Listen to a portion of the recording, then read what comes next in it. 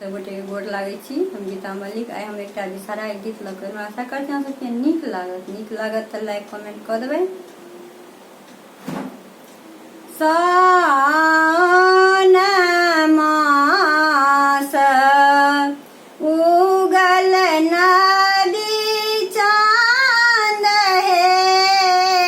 एली देवी बिषहरी पाँचो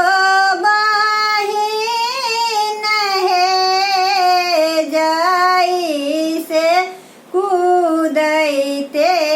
आबे बन के हरिन हे, ओइसे कूदैते आबे पाँचो बहिन हे, पाँचो बहिनिया मैया पाँचो समतुल हे, छोटी दाई बिषहरी बड़ उत्तफल हे, छोटी दाई बिषहरी बड़ उत्तफल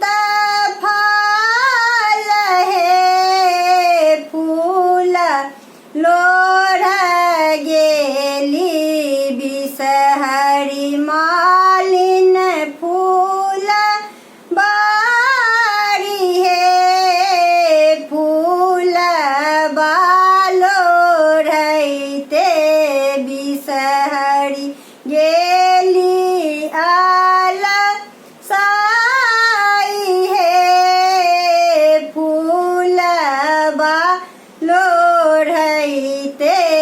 बिषहरी गेली अलसाई हे, सूती रहली बिषहरी आचरा ओछाई हे, सूती रहली बिषहरी फूल छिड़ियाई हे, सूती रहली बिषहरी फूल छिड़ियाई हे, लाबा लेने